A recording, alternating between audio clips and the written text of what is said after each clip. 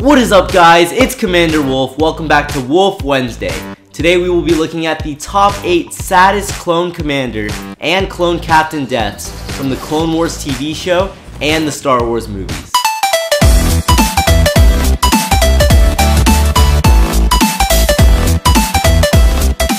At number 8 we have Commander Trauma. Trauma was the nickname of an advanced recon force trooper and clone commander who served under Jedi Master Halsey during the Clone Wars. When the Temple of Edict was attacked by Separatist forces, Trauma and his men engaged the battle droids in combat. During the battle, the Zabrak, Savage Opress, arrived, and after a brief confrontation, Trauma was killed by the deadly warrior. At number 7 we have Commander Phil. Phil was a clone commander in the Grand Army of the Republic, who was assigned to recently promoted Jedi Knight Nadar Veb during the Clone Wars, on their mission to recapture Viceroy Newt Gunray on the third moon of Vasek. He was killed by Grievous's pet, Gore. We need to keep moving. At number 6 we have Commander Gree. CC-1004, nicknamed Gree, served as commander under the command of Jedi General Luminara Unduli, and led the 41st Elite Corps in a number of battles. In the final days of the Clone Wars, Gree and Unduli were present on Kashyyyk, where they were assisting the Wookiees in their defense against the Separatist droid army. Jedi Grandmaster Yoda had also arrived on the planet, and he and Gree watched the battle unfold from an elevated command center. Gree received Order 66 from Supreme Chancellor Palpatine during the battle. He was forced to comply, but before he could carry out the order, Yoda sensed a disturbance in the Force and quickly decapitated the clone commander.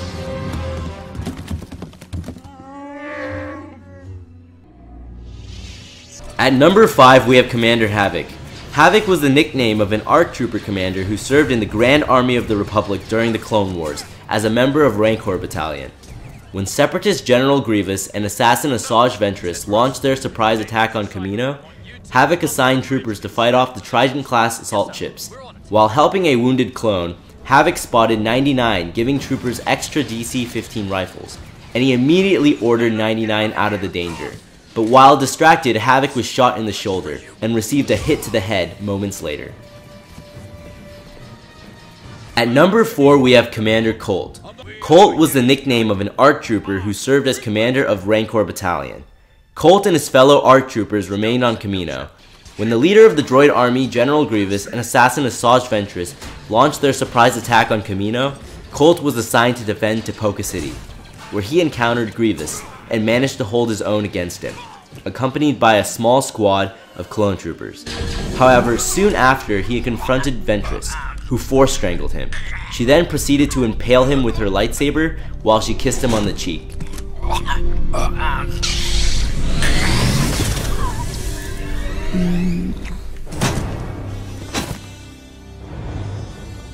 At number 3 we have Commander Pons.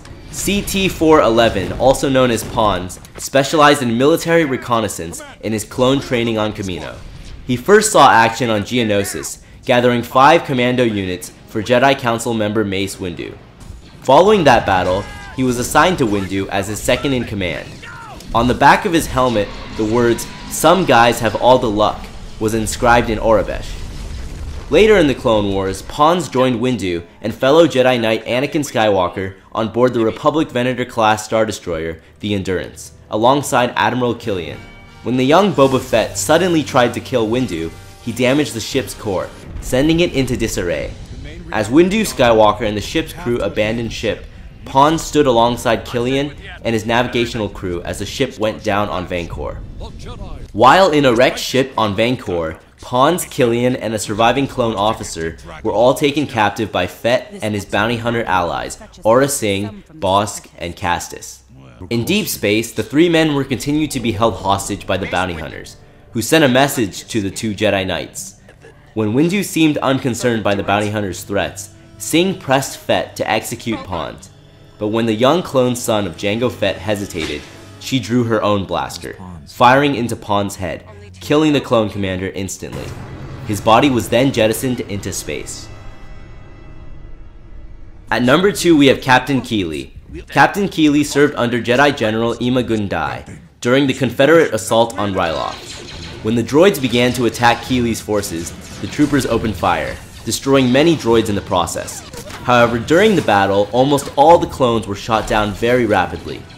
A few minutes after the battle had begun, a thermal detonator exploded, throwing Keeley and 2 other clones to the ground, leaving Dai alone. Fortunately, Keeley was not killed, and stood up beside the Jedi, and continued to fight. Keeley managed to shoot down many droids before being hit in the chest twice, killing him. Dai was later shot down as well, but they both helped save Ryloth by letting the supply ships get by, delivering supplies to the Twi'leks. This is Republic Blockade Runner 0909. We have broken through. At number 1 we have Commander Thorn. Thorn was the nickname of a clone commander and clone shock trooper who fought for the Galactic Republic during the Clone Wars. At some point during the war, Thorn and a detachment of shock troopers traveled to the planet Scipio alongside Senator Padme Amidala to oversee Rush Clovis's takeover of the intergalactic banking clan's banks. Shortly after Clovis assumed control on the behalf of both the Republic and the Confederacy of Independent Systems, the Separatist leader Count Dooku launched an invasion. Hyena-class bombers attacked Thorn and his men, destroying all of the Republic's ships. Ground troops were launched, and the clones fought to the last man, with Thorn standing as the final warrior. Although Thorn was able to destroy many of the attacking droids, he was nonetheless gunned down when the droids surrounded him.